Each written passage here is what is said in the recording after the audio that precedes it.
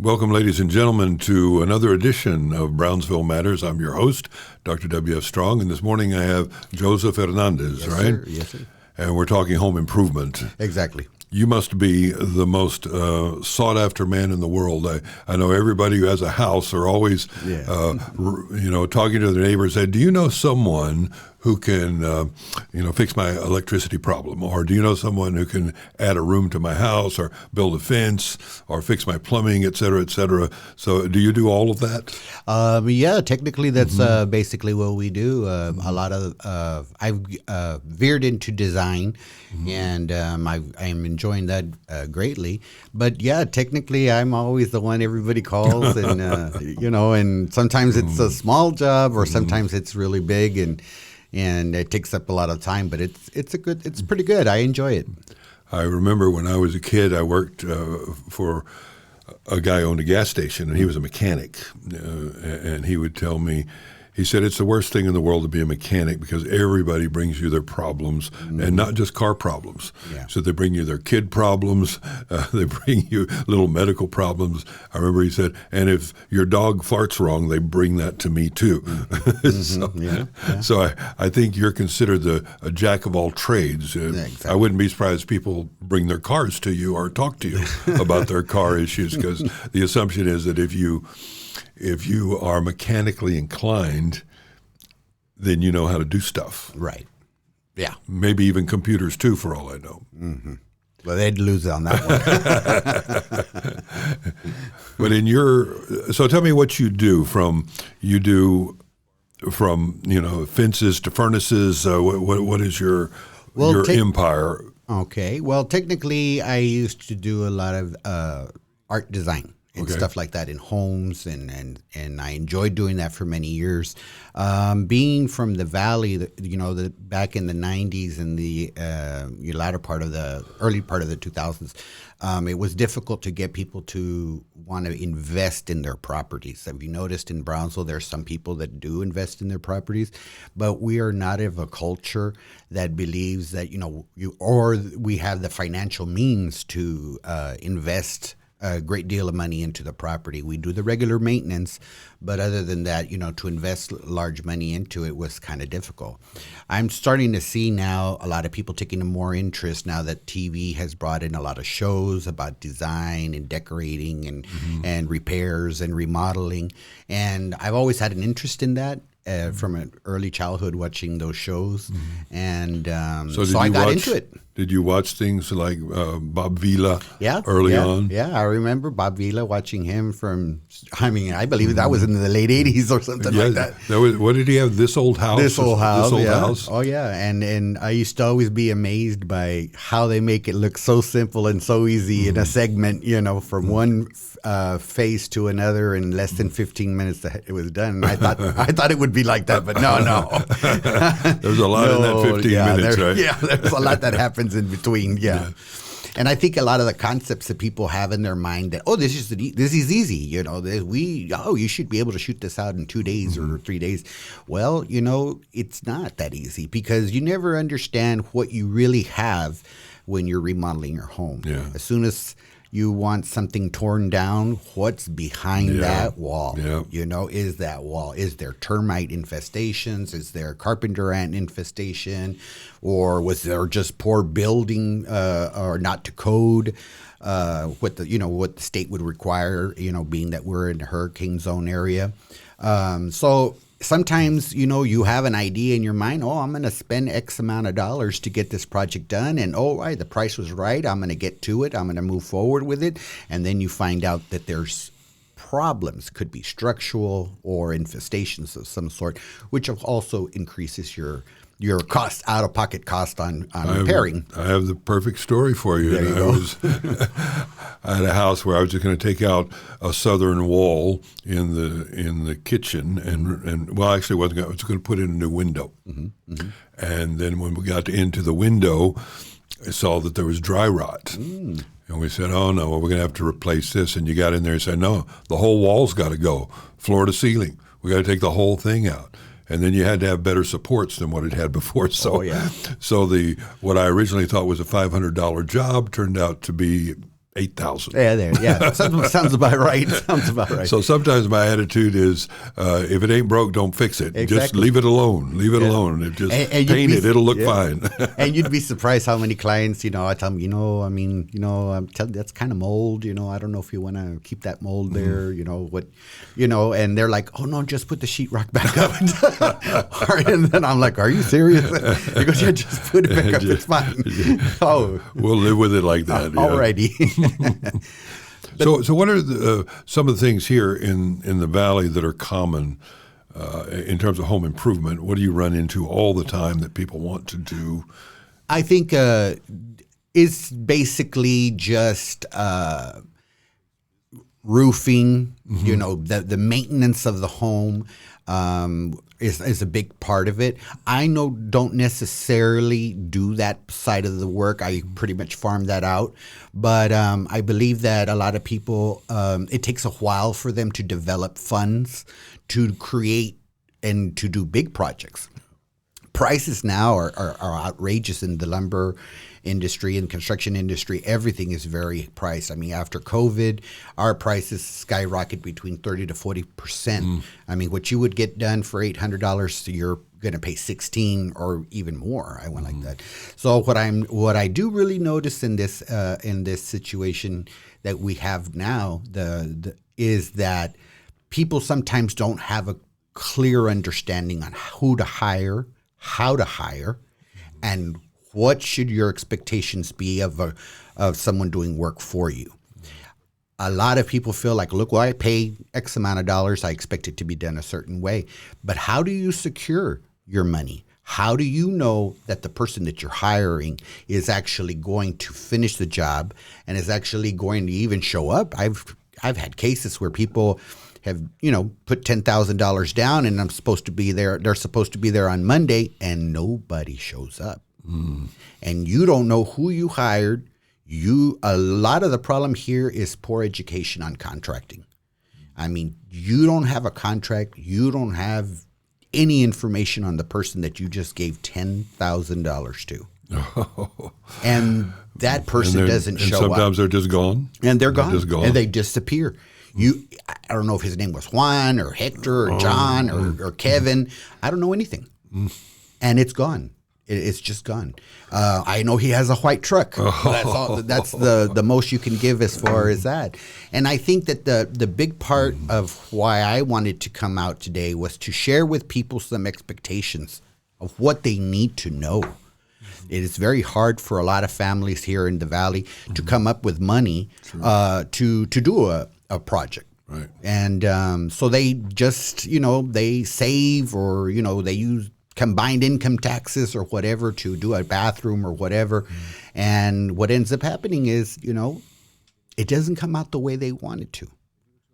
Well, I get a lot of those people crying and letting me know, how do I fix this? I mean, I already put in $10,000 in this restroom and now I'm the second guy that gets to come in and try to piece it all together and make it right for them. But of course that comes with more expenditure, more expense. So I always tell people, be very, very cognizant of who you're hiring. I don't recommend you use social media as your hiring agent or the bargain book. Back then there used to be the bargain book where people would, I do this, I do that. And, and they'll all tell you, I've got 20 years in it, 20 years in the business. That could be 20 years of doing it badly. There you go. That's when you run. When they try to share with you their knowledge and if their knowledge is vast, where I can do the electrical, I can do the plumbing, I can do structure. No, just don't do that. That is a big mistake. Well, when you're hiring a subcontractor, how do you do it? What I do is I actually go and I develop a crew, and it takes years sometimes to develop the right crew. Yeah. And I know who my sheetrock guy is, and he knows. I've worked with him many, many times, and I sit on a project.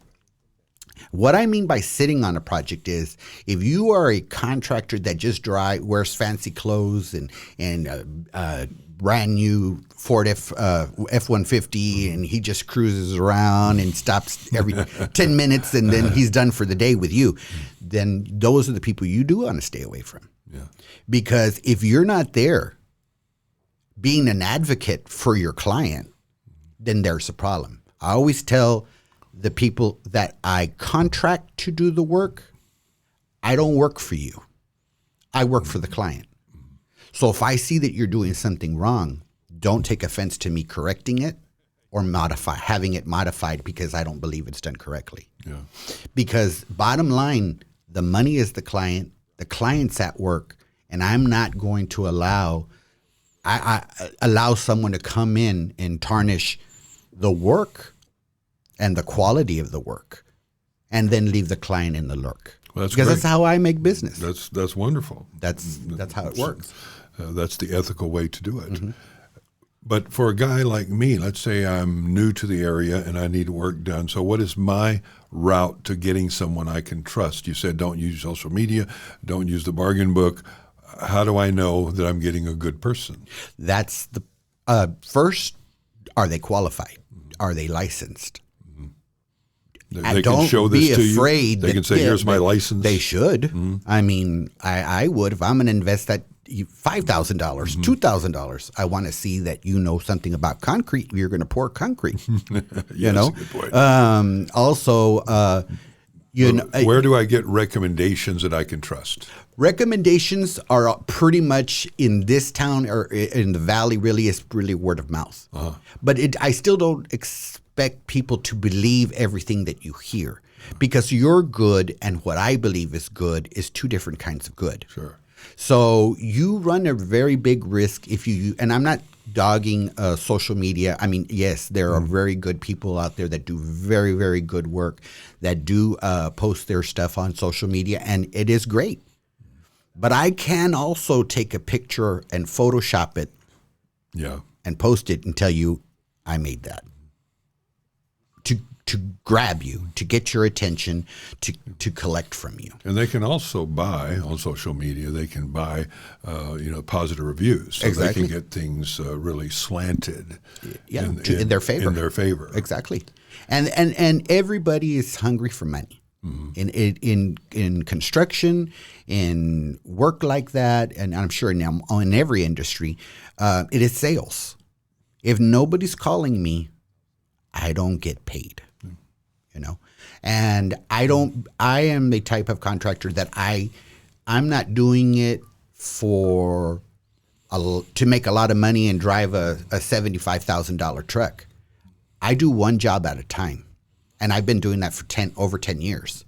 And that one job out of a time, I literally sit there and I will spend almost an 8-hour day with them, because it is very important to me that whatever I produce, the name they're going to remember is me. Mm-hmm. They're not going to remember John the plumber or Hector the roofer. They're going to remember Joseph. And Joseph did a bad job. Joseph didn't take care of my money. Joseph didn't take care of my project. And then that's how I get burned. And then they tell their neighbor, don't hire Joseph. Don't hire Joseph. That's the last one you don't want to hire. So I think that. But how do you get your business? I mean, I get my business. How do you make the phone ring? I make the phone ring. I do not do any advertising. I don't do any of that. I rarely do any social media because I have no need to have an influx of customers. Yeah. I do this more in an artistic way. I like it. I like someone to tell me, you know what, I don't have any clue what I want to do here.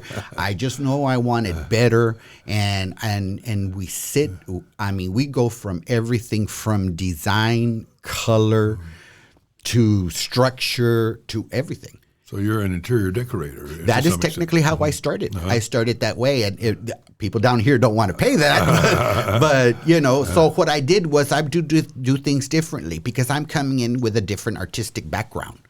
So I realized, well, you know what? I mean, doing design and artistic design in a house is kind of difficult because, you know, people down here really don't have the money to pay that. Now, if you were in Houston, Austin, and I mean, there's probably more of that going on over there, I'm sure. So here, basically, what I did was I combined them both. So I sell both of them to you.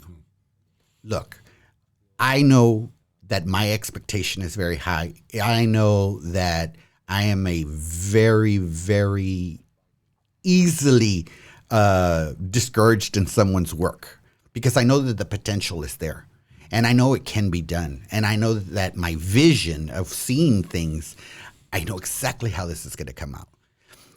The problem with that is getting the worker to understand your vision.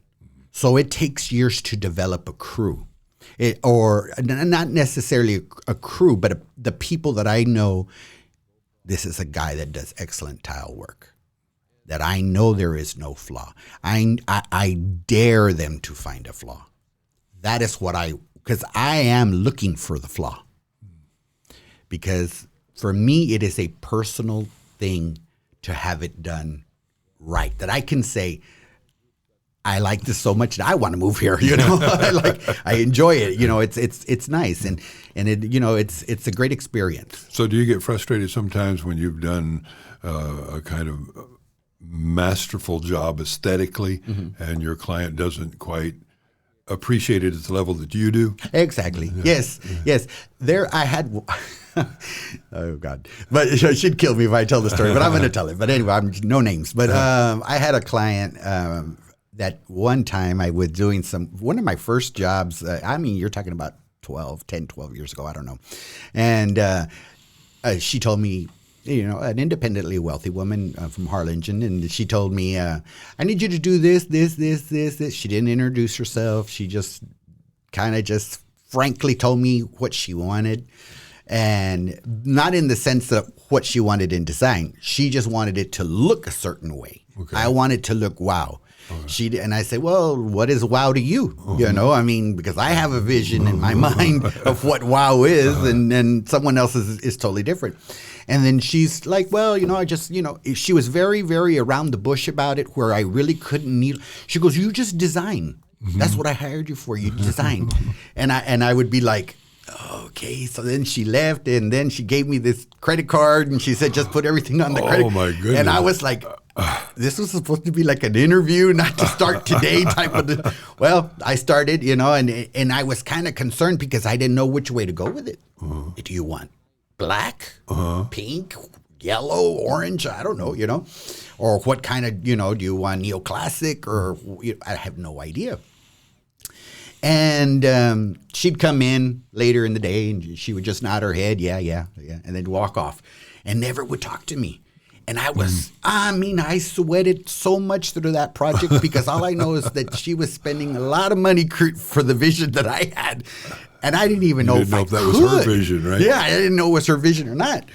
So it got around a certain time of the week, and I told her, I said, look, I think you and I really need to talk because I've been here already 3 days, and we've done this and this and this. I don't have any feedback from you. You know, is this something you like, or do you want, because this is at a point where I can shift it a little bit, so I need to know. And then she told me, you were the designer, and I hired you. If I knew that, then I wouldn't have hired you. How interesting. And that's how it went. And at the end, I never knew she liked it. And it just so happened that a friend of mine was a good friend of hers. She goes, oh boy, she loved it. After you left, she called everybody to come look at your work. And she's been my client for 10 years. And at least once a year, I get some design, you know, she wants to add here or do that. And that's how it's a scary experience. Well, there are some people who know they don't know. Right. And that is very true. That is very true. And so that's why they do hire you. They want you to bring in the aesthetic taste that they don't have, and they're trusting you to do that. Right. And so I'm kind of like that way with clothing. You know, I don't know how to dress myself. I don't have any real good taste in that regard. So I look at what's on the mannequin. So, well, evidently that shirt goes with that coat, so I'll take that. That'll work. So, but I understand what you mean. You're sweating it out because you're wondering, is this going in the general direction that they prefer? Well, and in my case, you're working with three different people.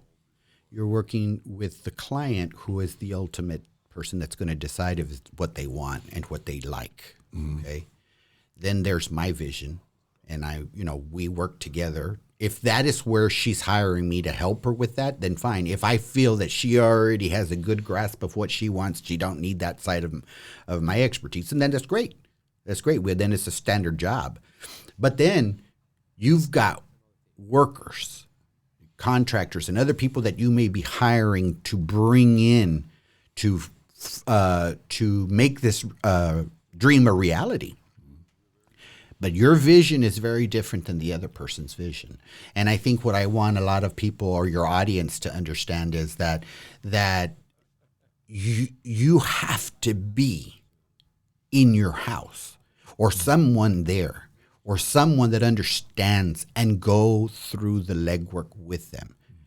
Because they say they know how to tile, you better be in there for that first 2 or 3 hours to see how that's coming along. Not the demolition side, the actual placing of the tile. Because if you start seeing crooked lines, stop there. Because if you go to work and they've put in 6 hours or 5 hours of tiling, you've lost thousands of dollars. What you're paying them and on material. A lot of people believe that these people that you get from Facebook or wherever you're sourcing out your worker, you believe they know what they're doing because they've sold themselves to you. But you really don't know until you really see a good portion of that laid out. That's excellent advice. And I know people that, and then you want the worker to pay for it. Well, do you know the worker's name? Do you know anything about the worker? If the worker lives paycheck to paycheck, how is he going to pay $6,000-$7,000 worth of tile? Okay, a lot of people don't know that. Now, when you're communicating with your own subcontractors, do you draw it up for them? You say it should look like this. You show them the colors. You show them what? I do actually. I wish this was visual because I would have brought something with me. I do a poster board per every room, a half poster board, and in there's going to be a design based on color, and that's what I give to every client. Good. When we're talking to them, look, I'm going to give you 5 mock-ups. These are the colors you shared with me, and the ideas and design you shared with me, and these are what I have produced. Am I on point, or are we really off point? And then, I like this, and I like this, and I like this. But every time, it's always 5. Not to say that you're limited to 5, but I give you 5 ideas on what we can do with the space. And I think that what happens there is there's a little shuffling with color, and then we modify, and we do a final draft. That draft is given to whoever's in charge, which is me. Right. And they keep a copy. So we want color matches, everything. So if she ever wanted or he ever wanted to see if that color didn't look the same on a swatch. Well, a 2x2 swatch is going to be a lot different when you put it on a wall. Well, absolutely. That's 8x10 absolutely. or 9x10 or whatever the wall is. Yeah. So I always tell people, I know you like it and it's pretty. And yes, it's a very nice color, but when you see it on the whole wall, are you a type of person that likes that kind of color? You've got to be careful on what you choose and how it's going to create dimension in your room. I do a lot of split rooms, and people are like, "What do you mean split?" Yeah, we're going to do angle to angle. I go, so half of this room is going to be whatever color you want it to be, and the other half is going to be a complementary color. The eye should flow. Mm-hmm. I go, when you flow it and you don't make it stock all one color, your eyes are flowing and it's a gradual look, where your eyes are comfortable. But I always tell people, be careful with dark colors. If your room is small, it's just going to make it smaller. Always try to match what you already have if you're not choosing to invest more. Like, let's say in this office, we have brown carpeting. Well, is that what it is? Brown. So we got to be careful with what colors we use on the walls, so that way it contrasts and it works out and it blends. Sure. Tell me about popcorn. How did popcorn become so popular on the ceilings? Well, that was an acoustic deal. That was acoustics. It was something they used. Well, they used to add glitter to it, and some of it back in the day. I remember. I've taken a few of those down a while ago. The glitter. Well, that was a lot. But I think it was done really for acoustics. Well, I believe it would be good for acoustics because it's foam. It will. But I'm not too sure if it is, but I believe it was because of the disco era music. I mean, we had that's where the glitter comes from. The glitter comes from. Well, and not only that, that's when those big hi-fi system radios came in, and you wanted it to sound, spectacular in your home as if you were in a disco. I'm assuming that is my take on it. Anybody from that area can educate me on that one, but that's my take. But yes, no, that does have. It's a very easy fix. Mm-hmm. A lot of people think it's a nightmare. I mean, people can do it themselves. I mean, can scrape it off. Yeah, scrape it off, wet it, let it soak it a little bit. It'll fall on its own. Trust me. And you just use a little thing, and you wetting it keeps it from flying all over the place. So it's a neater job. I was telling my wife, we took out a lot of it, and I said, of course, wait, 20 years, everybody will have it again. It'll become popular again somehow. Then you can pay $10,000 to put it back on. Put it back on. That seems to be the going rate for everything, $10,000. Is there a dominant kind of architectural style here in the Valley? I mean, like for instance, I remember back in the 80s, 90s, somewhere, Saltillo tile was very popular and it was everywhere, and it's been taken out now. It's not as common anymore. What's in and what's out? I think now what it is fresh, clean, a very not anything so bulky. I think people are getting away from the large pieces of furniture and large pieces of tile. And I think people want sleek lines, sleek colors that can actually grow into whatever you already have pre-existing in your home. I don't think... Is carpet in or out? I think carpet's out. I personally have just a no on the carpet.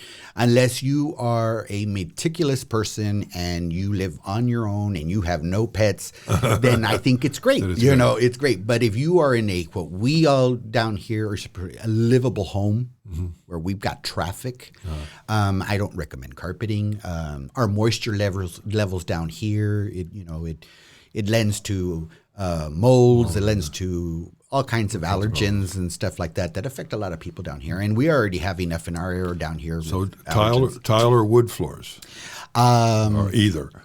I would say either. I would say basic tiling of ceramic or porcelain tiling floors is great, but be a little innovative on how you do that. It doesn't necessarily have to be all the same color. It can have some variations. Make it creative. If someone knows how to design tile, they can design. Some people like designs on their floor, I guess. I personally don't. I like a more conservative look, but I think that the wood would be my. If I had to do it right now, I'd do wood at my house. You don't like carpet. Do you like rugs? Yeah. Accent rugs? Easier. Yes, accent rugs are easier to maintain. Mm-hmm. Yeah, it can be maintained and it can be replaced fairly easy and with not a lot of expense. Okay. And then outside, we used to have lots of porches, and they're not as popular as they once were, I think, just simply because it's hot. Right. It's harder.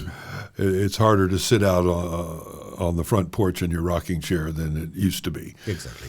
I think it was easy in the old days because you didn't have an option. It was cooler out there on the porch than inside in much of the weather.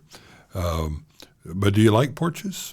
Yeah, I do. I actually have a 400 square foot porch in my house. Do you? Yeah.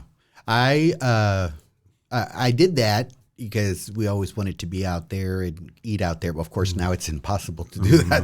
But I do more screened-in porches. In fact, about 2 years ago, I did a porch in Harlingen and actually designed it with lamps and everything. It was an outdoor living room. Oh. Of course, with weather-appropriate furniture and stuff like that. But it was so nice. It was, nicer than the one they had in the inside. I kind of liked it. But I think it is real nice. How did you make it cool? Well, we screened it. We had it all screened in really nicely. We had, of course, the fans the outdoor fans that we had out there. The cooling, you really can't cool it, unless you're going to do some sort of like plastic awnings and stuff where you can actually put some sort of a unit out there. But really down here, that would be kind of not possible. But the fans can do a lot. Yeah. Well, you just pick certain times of days that you can be out there. But Sure. visually, it is something nice to look at from your inside windows to your patio or be out there. How did you do the surface for that? Was it the Staining. porch was Staining. The concrete? Yeah. We stained the concrete and glazed it and made it look really, really nice. And then we bought the appropriate furniture and we drove all the way to Houston to. Oh, wow. Yeah, all the way to Houston and U-Haul to go pick up a specific style of furniture and that they wanted, bamboo, and so it was a high-end job. It was very, very nice, but yeah, weather permitting, it's great. But when it's hot, yeah, it's that's nice true. to look it from the outside, from the inside looking out. When I was a kid, I grew up here in close to the valley, not quite all the way down here, but we slept outside in the summer. Yeah. Us kids.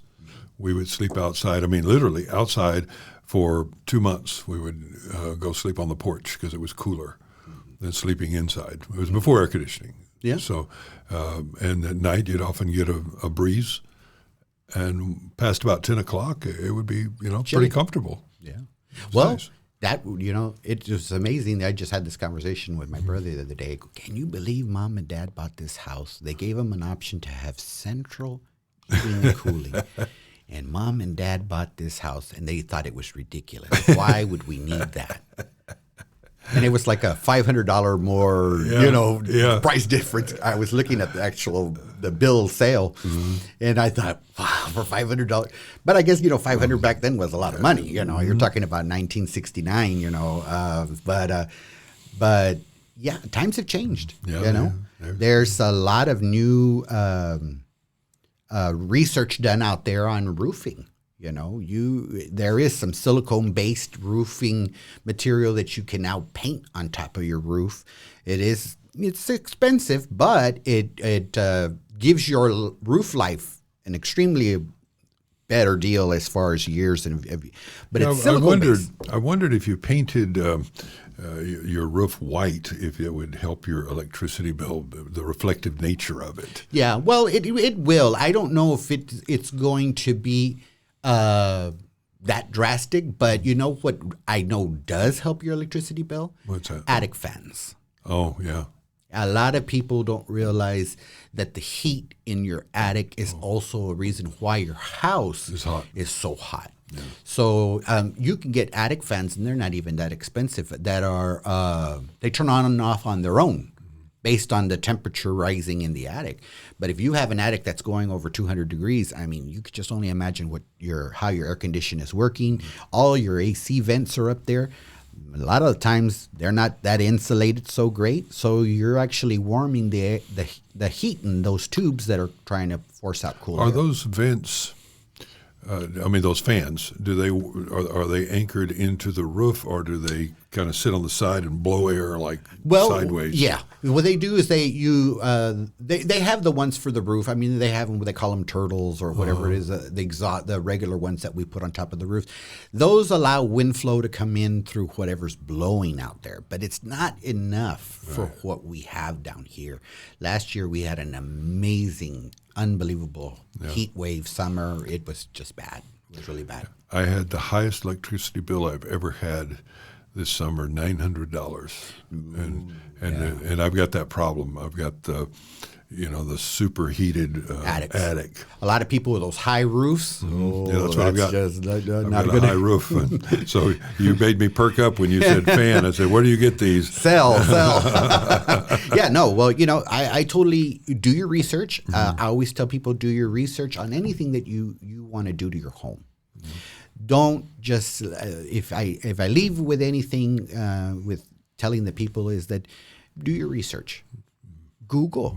A lot of times, you may not agree with it, but Google, YouTube it, know a little bit of something that you're going to do to your house. Don't just take the word of the person. Everybody, like I said, is hungry for money. And they're really hungry for money if they can take it and don't have to work it. There's actually a lot of people in this town that charges have been filed for theft and have gone to jail. We all know each other in this industry. We see each other every day at the Home Depot and the Lowe's, and I hear a story about this, I hear a story about that. But it is a very, very serious problem in the Rio Grande Valley. This is everywhere. Well, how do you deal typically with the money? Whenever I hire a contractor, I generally will pay for the materials up front, and I'll go and I'll pay for them myself, so I know they're paid for. And I kind of agree to half now, half on completion in terms of labor costs. Is that standard? That has always been the norm. Okay. That is always have been the norm. Well, no, I retract that. What's been the norm is that you gave them the half down, material and labor. Right. And they go buy the stuff. Right. I always buy my own stuff. You go with me, you tell me, I'll walk with you, and you pick out your stuff. I go and say, if there's a choice about do we want to go higher end or lower end on this, I say, okay, let's get the good stuff or whatever. So I can approve those things there. Right, exactly. And because then I pay for it because I know it's paid. There you go. And you know exactly what's coming in. That's right. How many sheets of plywood? Yeah, exactly. I ordered 35 and we only needed 15. Where did the other ones go? You got to be careful. But I have been known when a job is done, I'll give them the stuff. I'll say, I don't need that. What am I going to do with that sheetrock? Right. Well, where am I going to put it? Yeah. I don't need exactly. That. But I mean, and that's up to you. So I give it to them like pilon, And I've done that on my own too, where it's like, well, I don't need all of these roof tacks, but go look at how much a box of roof tacks costs. I mean, or hurricane ties. Plumbing, PVC piping, just to do a little plumbing job, you think, it's just little plastic parts. Oh, no. Wait till you get that bill over there at the end of the thing. You're going to see, how in the world did I spend $250 on plumbing PVC? You sure did. You've given us a lot of good advice today. I'm grateful for you coming in. I think you've saved a lot of people heartache and money and given them a good direction on a way to go forward. How do people reach you? They can reach me. My name is Joseph Hernandez. My phone number is 956-589-1664. That's 956-589-1664. I'd be happy. I like to help people. So if you have a question, do you have a web address? No, I don't. I don't. Okay. I don't do anything. My work is strictly word of mouth. Okay. I try not to do. I never do two jobs at the same time. Okay. Because that's when problems start. I need you to do ceiling fans, okay? All right. Or attic fans. Attic fans, all right. We'll talk. All right, sounds good. Thank you so much for having me. Thank you, sir. Thanks for watching this BSPA video. Go ahead and hit like and subscribe if you like what you see. And if you really like what you see, go ahead and go to our website, brosoperformingarts.org, and smash the donate button. And then we'll really like you too.